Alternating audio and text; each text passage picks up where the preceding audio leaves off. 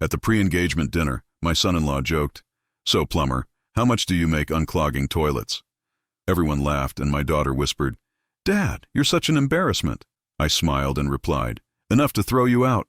I'm glad to have you here. Follow my story until the end and comment the city you're watching from, so I can see how far my story has reached." I'm Gerald, and at 61, I thought I'd seen everything. 35 years of crawling under houses, fixing broken pipes, and dealing with people's messes had taught me that dignity comes from within, but nothing prepared me for what happened at my daughter's engagement dinner. The restaurant Fred chose was one of those places where the waiters wear bow ties and the menu doesn't have prices. Crystal sat beside him, glowing in her designer dress, while I fidgeted with my tie, the same one I'd worn to my wife's funeral 3 years ago. Around the table sat Fred's parents, his brother, and a handful of their country club friends. I was the only one who didn't belong. "So, Gerald," Fred's father began, cutting into his steak with surgical precision, "Crystal tells us you work with your hands." I nodded, used to this conversation. "I'm a plumber, been running my own business for over 20 years. The table went quiet for a moment. Fred's mother smiled, that tight smile I'd learned to recognize, the one that said, "How unfortunate for you."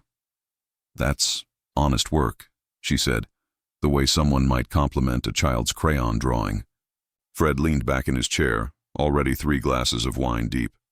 "Actually, Dad, Gerald here is quite the expert at getting his hands dirty, aren't you?" I felt something cold settle in my stomach. "I do what needs to be done." "Oh, I bet you do." Fred's grin was sharp.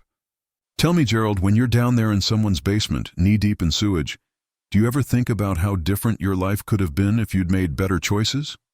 Crystal's hand found mine under the table, squeezing it briefly. For a moment, I thought she was offering support. Then, I felt her fingers trembling, and I realized she was embarrassed. "Dad's very good at what he does," she said quietly, not meeting my eyes. "I'm sure he is," Fred continued, his voice getting louder. The wine was talking now. "But seriously, Gerald, what does a guy like you make? I mean, for unclogging toilets and crawling around in people's basements." The entire table was watching now. I could feel their eyes on me, could hear the whispered conversations at nearby tables dying down. My throat felt tight, but I kept my voice steady. "Enough to get by." Fred laughed, and several people at the table joined in. "Enough to get by. Did you hear that, everyone? Gerald here makes enough to get by fixing other people's shit." That's when Crystal leaned over and whispered the words that broke something inside me. "Dad, you're embarrassing me." Not Fred, not his crude language or his public humiliation of her father. I was the embarrassment. I looked at my daughter, this woman I'd raised alone after her mother died, this girl I'd worked double shifts to put through college, who I'd driven to dance classes and helped with homework and held when she cried over boys. And she couldn't even look at me. "You know what the funny thing is?" Fred continued, completely oblivious to the damage he was causing. "My company probably employs a dozen guys just like Gerald, blue-collar workers who never quite figured out how to make it in the real world." I felt my hands clench under the table. 35 years of building a business from nothing, of earning respect in my community, of raising a daughter who was now a successful marketing executive. And to these people, I was just another blue-collar failure. "What kind of business do you run, Fred?" I asked quietly. His chest puffed up with pride. "Hartman Construction. We're the largest commercial contractor in the tri-state area. We've got over 200 employees and annual revenue in the millions." I nodded slowly. "Sounds impressive." "It is." He raised his glass. "To honest work, right, Gerald? Someone's got to unclog the toilets while the rest of us build empires." The laughter around the table felt like knives. Even Crystal smiled weakly, trying to play along with her fiancé's joke at my expense. I stood up slowly, my napkin falling to the floor. Every eye in the restaurant seemed to be on me. My daughter looked mortified, probably thinking I was about to make a scene. Instead, I smiled.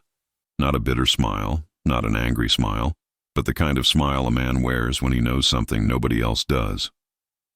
"Fred," I said, my voice calm and clear, "you're absolutely right. Someone does have to do the honest work while others build empires." I reached into my jacket pocket and pulled out a manila envelope. Fred's eyes narrowed with confusion as I placed it on the table in front of him. "The thing is," I continued, still smiling, "I've been doing more than just unclogging toilets these past few years." Fred opened the envelope with shaking fingers. As his eyes scanned the documents inside, the color drained from his face. What is this?" I leaned down, placing my hands on the table, looking him straight in the eye. That's the deed of sale, Fred. I bought Hartman Construction 6 months ago. Congratulations, you just insulted your new boss. The silence that followed was deafening. Fred's mouth opened and closed like a fish out of water. His parents stared in shock. Crystal's eyes went wide with disbelief. And as for what I make, I said, straightening up, it's enough to put you out of work. Consider this your termination notice, effective immediately. I picked up my coat and headed for the door, leaving behind a table full of people who had just learned that the invisible man they'd been laughing at had been watching them all along. The drive home from the restaurant felt like traveling through quicksand. My hands gripped the steering wheel of my 15-year-old Ford pickup, the same truck Crystal used to be proud to ride in. Now I couldn't remember the last time she'd been in it. I kept replaying that moment, "Dad, you're embarrassing me," over and over until it felt like a knife twisting in my chest. When had I become something to be ashamed of? When had the man who raised her become her greatest humiliation? Back home, I sat in my kitchen with a cup of coffee that had gone cold hours ago. The house felt different now, smaller somehow. This was the same kitchen where Crystal had done her homework at the table while I cooked dinner after work. The same place where she'd tell me about her day, about her friends, about her dreams. The photo on the refrigerator caught my eye. Crystal at her college graduation, beaming in her cap and gown, my arm around her shoulders. I was wearing my best shirt that day, the one I saved for church and special occasions. In the picture, she looked genuinely happy to have me there. When had that changed? It started, I think, when she got her first job at that marketing firm downtown. She'd come home talking about her colleagues, Madison, who summered in the Hamptons, Trevor, whose father owned a chain of restaurants, Samantha, who drove a BMW her parents bought her for graduation. "They're so sophisticated, Dad," she'd say. "They know about wine and art and all these places I've never been." I'd listen, happy that she was making friends, proud that she was fitting into this new world I'd worked so hard to give her access to. I never realized she was already measuring the distance between their world and mine. The first time I met her work friends was at a company happy hour she reluctantly invited me to. I remember walking into that upscale bar in my cleanest jeans and button-down shirt, feeling like a fraud.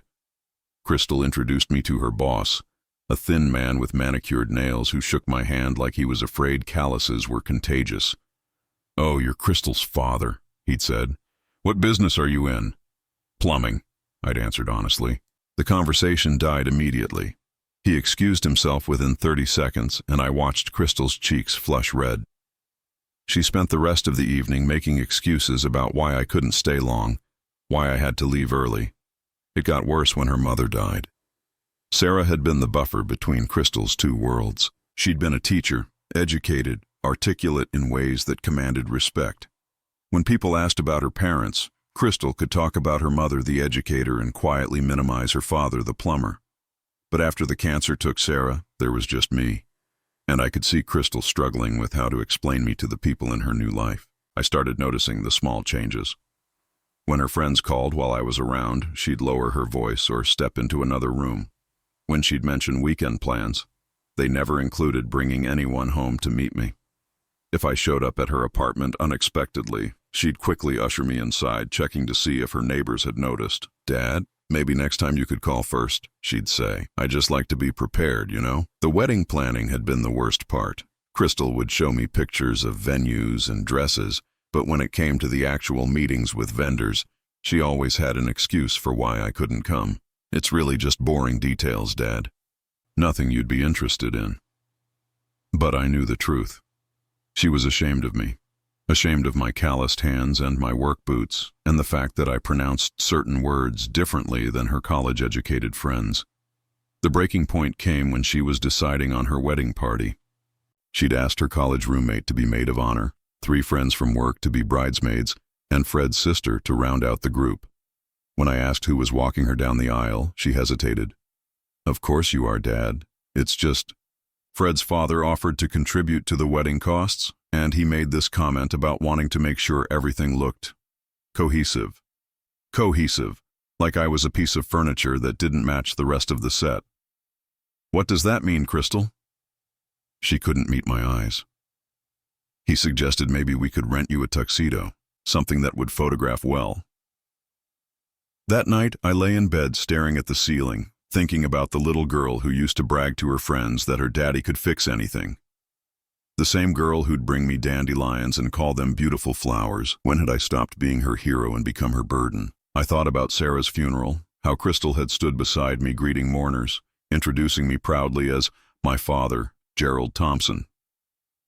But that was 3 years ago, before Fred and his family and their world of country clubs and stock portfolios. The irony wasn't lost on me. I'd spent 20 years building a business, earning respect in my community, providing good jobs for 12 employees. I'd never been late on a bill, never failed to deliver on a promise. My customers trusted me in their homes, recommended me to their friends, called me when they were in trouble. But to my own daughter, I was just an embarrassment in work boots. I picked up my phone and scrolled through my contacts until I found Crystal's number. For a moment, I considered calling her, trying to bridge the gap that seemed to widen every day. But what would I say? How do you tell your daughter that her shame is breaking your heart? Instead, I set the phone aside and walked to my home office, the spare bedroom where I kept my business files and where, for the past 5 years, I'd been quietly building something my daughter knew nothing about. Maybe it was time she learned that the man she was so ashamed of had been paying attention all along. The spare bedroom that served as my office didn't look like much. A metal desk from the 1980s, filing cabinets I'd bought at a yard sale, and a computer that was 3 years old. But those filing cabinets held something Crystal never knew existed, the carefully documented evidence of everything I'd built while she was busy being ashamed of me. It started 5 years ago, not long after Sarah's death. I was working on a pipe replacement at the Riverside Medical Complex when I overheard Dr. Matthews talking to his partner about selling some rental properties. They were getting divorced, needed quick cash, and were willing to take less than market value for a fast sale. The problem is, Dr. Matthews was saying, we need someone reliable. These places need work, and most investors want turnkey properties. I was invisible to them, of course. Just the plumber fixing their pipes might as well have been furniture. But I listened, and that night I called Dr. Matthews' office. Doctor, this is Gerald Thompson. I was working on your pipes today, and I couldn't help overhearing about your properties. There was a pause. The plumber? Gerald, I appreciate your interest, but these are serious investments. We're talking about $250,000.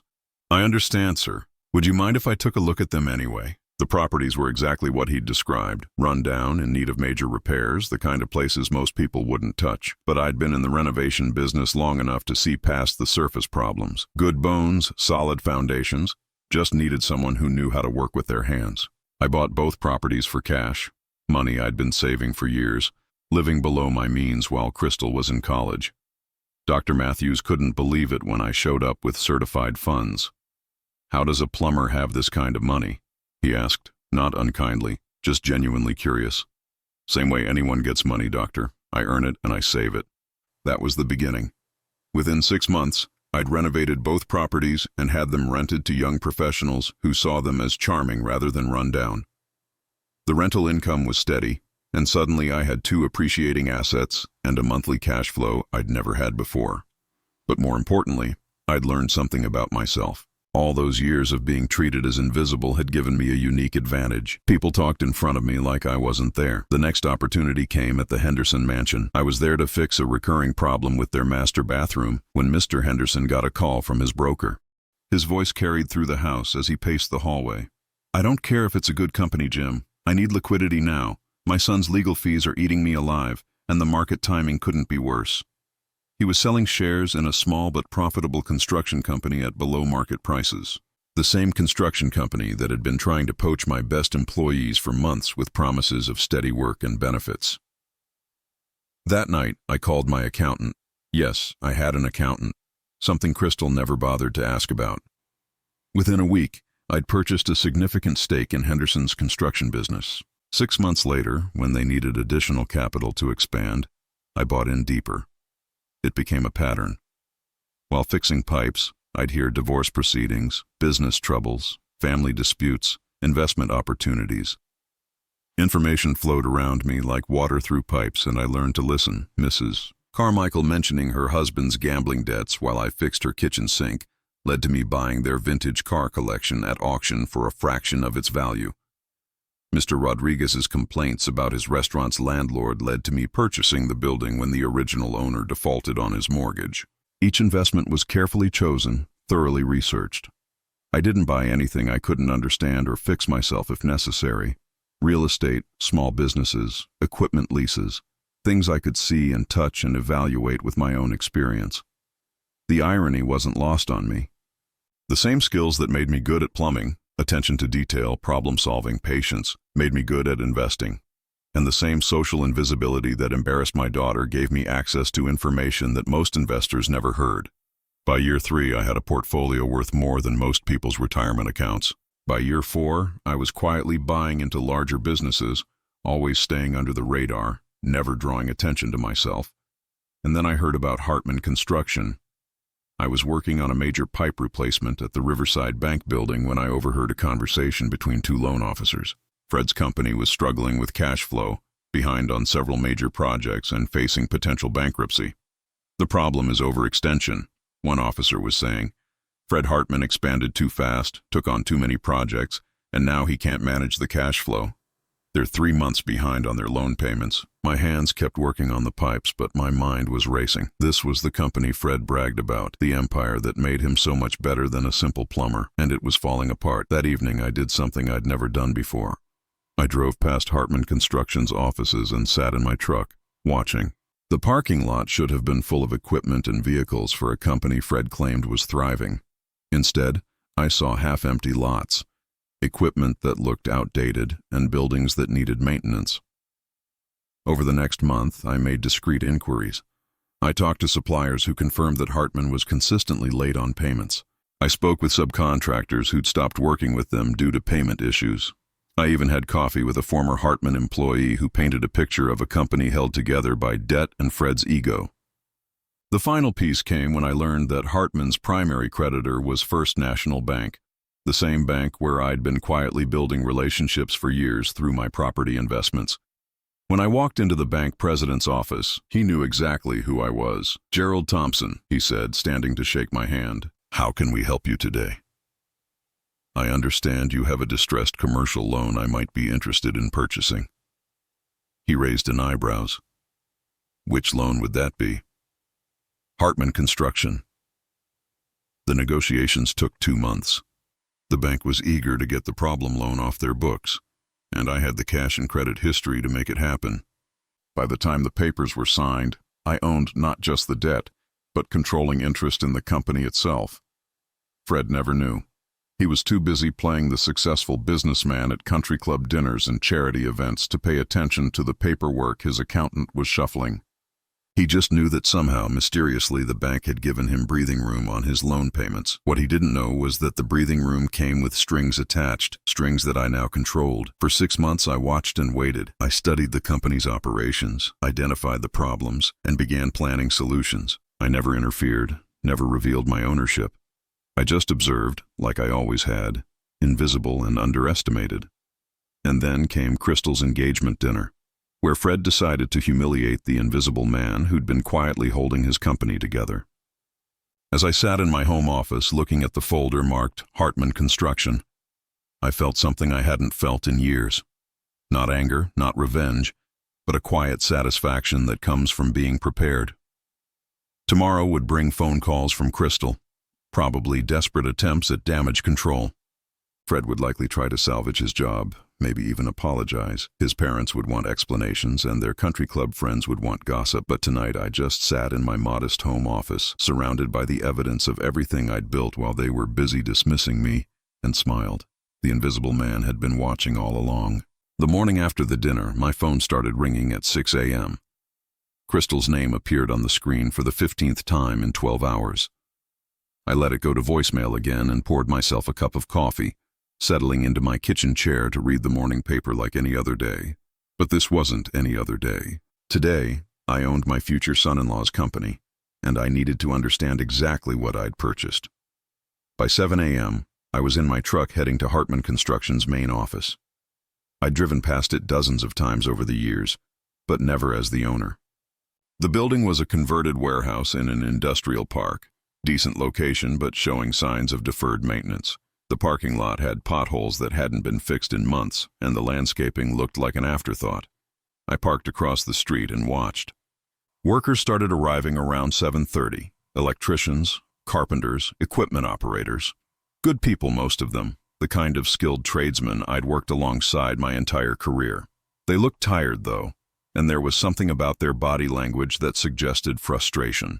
At 8:15, Fred's silver Mercedes pulled into the parking lot. Even from a distance, I could see him on his phone, gesturing wildly, probably trying to figure out how a plumber had outmaneuvered him. What Fred didn't know was that I'd been preparing for this moment for months. As soon as I'd acquired the company's debt, I'd had every right to examine their books. My accountant, a sharp woman named Margaret Chen, who'd been handling my investments for 3 years, had spent weeks going through Hartman's financial records. What she found wasn't just mismanagement. It was systematic exploitation.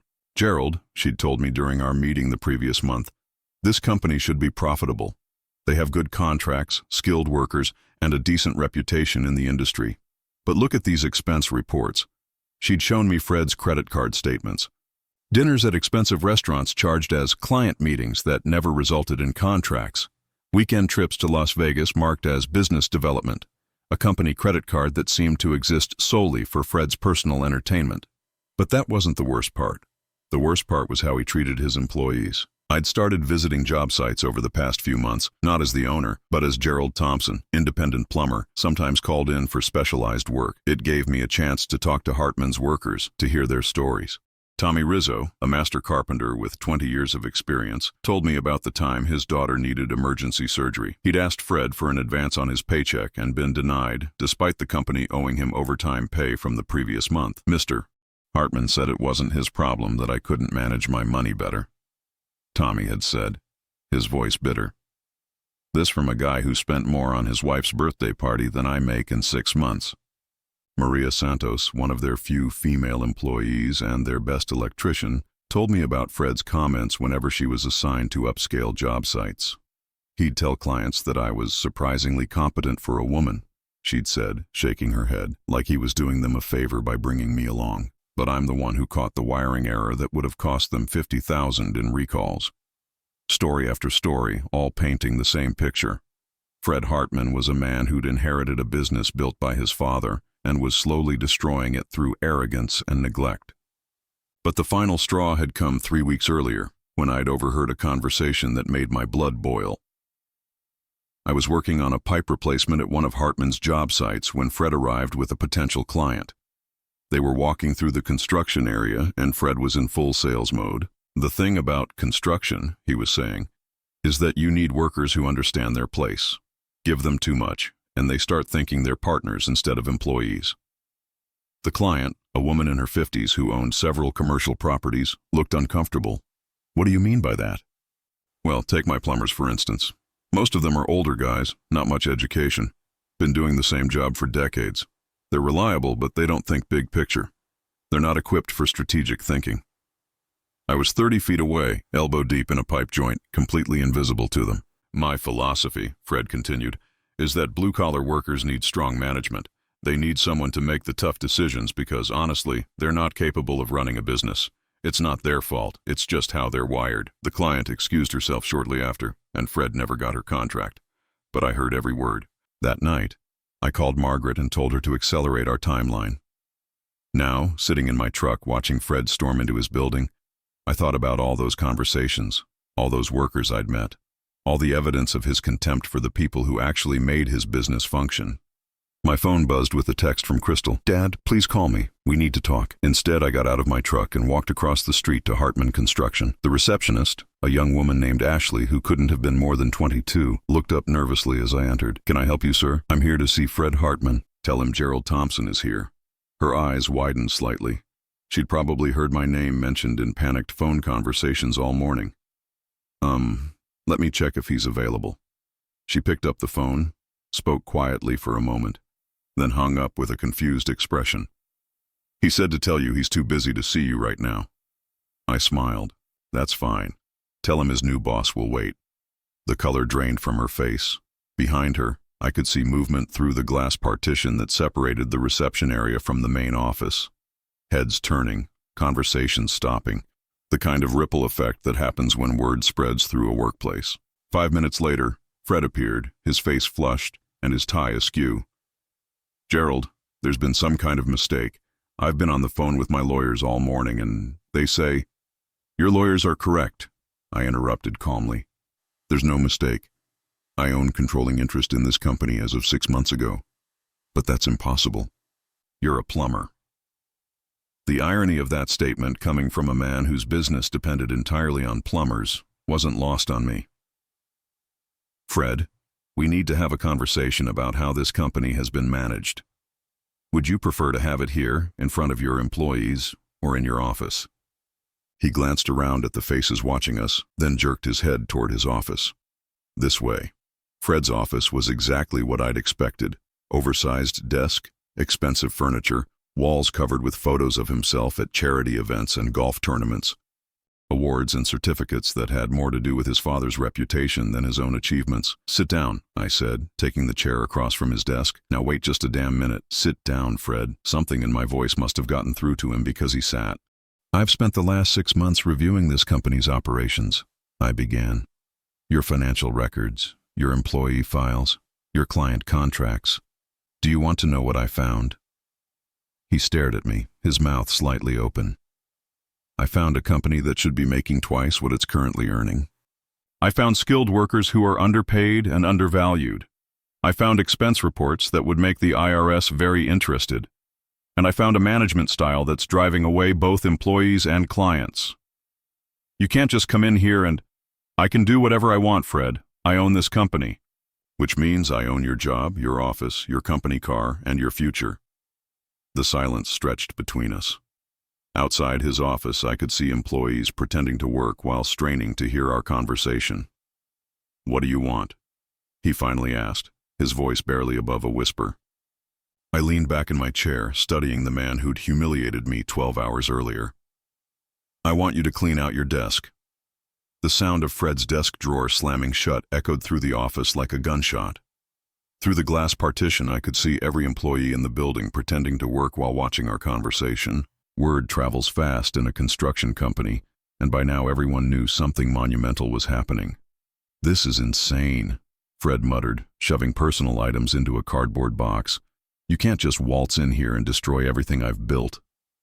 I stood up slowly, my hands clasped behind my back. "Everything you've built?" "Fred, your father built this company. You've been running it into the ground." His face flushed red. "That's not true. We've had some cash flow issues, but Tommy Rizzo's daughter needed emergency surgery last month. You denied him a paycheck advance while spending $1,200 on wine at Morton's Steakhouse. That same week." Fred froze, a picture frame halfway into his box. "Maria Santos caught a wiring error that saved one of your biggest clients $50,000 in potential damages. You took credit for catching the mistake and gave her a lecture about staying in her lane." "How do you know about—" "Because unlike you, I actually talk to the people who do the work." I walked around his desk, studying the awards on the wall. Most of them had his father's name on them, accomplishments from decades before Fred had ever set foot in this office. "You want to know the difference between us, Fred? When you look at people like Tommy and Maria, you see problems to be managed. When I look at them, I see the foundation that everything else is built on." He slammed the box down on his desk. "This is about last night, isn't it? About what I said at dinner. Jesus, Gerald, it was just a joke." "Was it a joke when you told your employees that blue-collar workers aren't capable of strategic thinking? Was it a joke when you told Mrs. Patterson that Maria was surprisingly competent for a woman?" His eyes widened. "You were there, but I didn't see. That's the point, Fred. You never see me. You never saw any of us. We're just invisible people who make your life possible." The office door opened and Ashley peeked in nervously. "Mr. Hartman, your father is on line 1. He sounds upset." I could imagine. By now, word of what had happened at the restaurant had reached every member of their social circle. Fred's parents were probably fielding calls from shocked friends, trying to understand how their successful son had been outmaneuvered by a plumber. "Tell him I'll call him back," Fred said, his voice hollow. "Actually," I interjected, "put him through. I'd like to speak with him." Fred stared at me in horror. "Gerald, please. Don't drag my family into this. Your family dragged themselves into this the moment they decided I wasn't good enough to sit at your table." Ashley transferred the call, and I picked up the phone. "Mr. Hartman, this is Gerald Thompson." "Thompson!" The elder Hartman's voice was sharp with outrage. "What the hell do you think you're doing to my son's company?" I'm saving it, sir. Your son was running it into bankruptcy. That's impossible. Fred graduated from Wharton. He's got an MBA. I glanced at Fred, who was slumped in his chair like a deflated balloon. Education and intelligence aren't the same thing, Mr. Hartman. Your son may have an MBA, but he doesn't understand the first thing about managing people or running a sustainable business. You're just a damn plumber. Yes, sir, I am. And this plumber just prevented your family business from complete collapse. There was a long pause. When the elder Hartman spoke again, his voice was lower, more controlled. What do you want? Money? Is this some kind of extortion scheme? I want your son out of my building, today. Your building? I own this company now, Mr. Hartman. I've owned it for 6 months. I've been quietly fixing the problems your son created while he was busy playing businessman at country club dinners. Another pause. This is impossible. How does a plumber afford to buy a construction company? The same way anyone affords anything. I earned it, I saved it, and I invested it wisely. While your son was learning theory in business school, I was learning reality in basements and crawl spaces. I could hear heated whispers in the background, probably Fred's mother demanding to know what was happening. What happens to Fred? The elder Hartman asked finally. I looked at Fred, who was staring at me with something between fear and disbelief. That depends on Fred. He can clean out his office and leave quietly, with a reasonable severance package and a neutral reference. Or he can make this ugly, and I'll share with everyone exactly why this company was failing under his management. What kind of severance? 6 months' salary. More than generous, considering his performance. Fred's head snapped up. 6 months? That's it? This company is my life. No, Fred, this company was your father's life. You just inherited it and nearly destroyed it. My phone, which had been buzzing intermittently all morning, lit up with Crystal's name again. I declined the call, but it started ringing again immediately. Answer it, Fred said suddenly. Please, she's been calling me all morning, crying. She doesn't understand what's happening. I hesitated, then picked up the phone. Crystal. Dad. Her voice was thick with tears. Dad, I've been trying to reach you all morning. Fred says you've gone crazy, that you're trying to destroy his family's business. Please tell me this isn't true. Which part isn't true? That I own his company, or that I fired him? Both, all of it. This is insane, Dad. You're a plumber. You fix pipes. You don't own construction companies. The dismissal in her voice cut deep, but I kept my tone steady. I'm many things, Crystal. You just never bothered to find out what they were. This is about last night, isn't it? About what Fred said. Dad, he was drunk. He didn't mean it. What about what you said? Silence. You told me I was embarrassing you, Crystal. Your own father was an embarrassment to you. I was just... The situation was awkward and I didn't know how to handle it. The situation was your fiancé publicly humiliating your father, and you were worried about how it looked. I could hear her crying now, soft sobs that reminded me of when she was little and had scraped her knee or lost a toy. Crystal, I want you to understand something. I didn't do this out of revenge. I did this because Fred was running a company into the ground while treating good people like garbage. I did this because someone needed to stand up for the workers he was exploiting. But Dad, I'm not finished. For 3 years, since your mother died, I've watched you become ashamed of me. I've watched you make excuses for my existence, apologize for my profession, and distance yourself from anything that reminded your new friends that you came from working-class people. Fred was listening to every word, his face pale. I built a successful business. I raised a daughter who graduated from college debt-free. I've never been late on a bill, never failed to keep a promise, never treated anyone with disrespect. But to you, I'm just an embarrassment in work boots. That's not true, she whispered, but we both knew it was. Crystal, I love you. I will always love you, but I won't pretend anymore that I need your approval to exist. I hung up the phone and looked at Fred, who was staring at me with something that might have been respect. You really did this for the workers? He asked quietly. I did this because it needed to be done, and because I could. He nodded slowly, then stood up and extended his hand. I'm sorry, about last night, about everything. I was wrong. I shook his hand. Yes, you were, but you're young enough to learn from it. As Fred finished packing his office, employees began gathering outside, whispering among themselves. They knew their boss was leaving, but they didn't know what came next. I opened the office door and stepped into the main workspace. Conversations died as 30 pairs of eyes focused on me. "Good morning," I said, my voice carrying across the room. "My name is Gerald Thompson, and as of today, I'm the owner of this company." Murmurs rippled through the crowd. "I know some of you are worried about your jobs, about what changes might be coming. Let me be clear, the people who do good work, who treat their colleagues with respect, who take pride in their craftsmanship, those people have nothing to worry about." Tommy Rizzo stepped forward from the back of the group.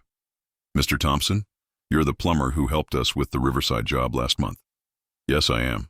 "And Tommy, effective immediately, you're getting that overtime pay you've been owed, with interest." The smile that spread across his weathered face was worth everything I'd invested in this moment. "Maria," I continued, spotting her near the electrical supply cabinet, "I'd like to discuss promoting you to lead electrician. This company needs people who actually understand the work." For the first time in months, I heard something I hadn't expected. Applause. It started with Tommy and Maria, then spread through the room as workers realized what was happening. The invisible man wasn't invisible anymore. 6 months later, I sat in my new office, not the oversized monument to ego that Fred had occupied, but a smaller space with windows that looked out over the workshop floor. I could see Maria training 2 new apprentices, Tommy reviewing blueprints with a client, and the steady rhythm of a company that had finally found its footing. The transformation hadn't happened overnight. In those first weeks after Fred's departure, there had been canceled contracts, confused clients, and competitors circling like vultures, hoping to pick up the pieces of what they assumed would be a collapsing business. They were wrong. The first thing I'd done was call a company-wide meeting, not in some sterile conference room, but right there on the workshop floor, with everyone gathered around. Office staff, skilled trades, managers, apprentices, everyone who made the company actually function. "We're going to do things differently," I'd told them. "No more separate classes of employees. No more people being treated like they're disposable because they work with their hands instead of sitting behind a desk." I'd instituted profit sharing immediately. Not huge amounts. The company was still recovering from Fred's mismanagement, but enough that everyone understood they had a stake in our success. I'd also created clear paths for advancement based on skill and dedication, not on whether someone had the right accent or wore the right clothes. The changes showed almost immediately in our work quality. When people feel valued, they take pride in what they do. When they know their ideas will be heard, they contribute solutions instead of just following orders. Our first major contract after the transition came from Mrs. Patterson, the client Fred had lost with his condescending comments about Maria. She'd heard through industry contacts about the changes at Hartman Construction and decided to give us another chance. "I want to work with that electrician you mentioned," she'd told me during our initial meeting. "The woman who caught the wiring error." "What's her name?" "Maria Santos, and she's now our lead electrician." Mrs. Patterson smiled. "Perfect. I like doing business with companies that recognize talent." That project led to 3 more, and those led to others. Word spreads quickly in the construction industry, and apparently word was spreading that Hartman Construction had become a place where good work was valued and workers were treated with respect. But the real measure of change wasn't in our contracts or our profits. It was in the small moments that showed me I'd made the right decision. Like the morning Tommy Rizzo knocked on my office door with a shy smile and a photo of his daughter in her hospital bed fully recovered from her surgery. "Mr. Thompson," he said, "I wanted to thank you. Not just for the overtime pay, but for treating me like my family mattered. Or the day Maria brought her teenage son to work, introducing him to everyone with obvious pride. 'This is where your mom works,' she told him, 'and these are the people she works with.'" The boy looked around with wide eyes, watching skilled craftsmen and women collaborating on complex projects, seeing his mother respected as a leader rather than tolerated as an exception. Of course, not everything had been smooth. Crystal and I went through a difficult period where we barely spoke. She couldn't understand what I'd done or why I'd done it. In her mind, I'd destroyed her fiancé's life out of petty revenge. The breakthrough came at an unexpected moment. She'd called to tell me that the wedding was being postponed, not canceled, she was quick to clarify.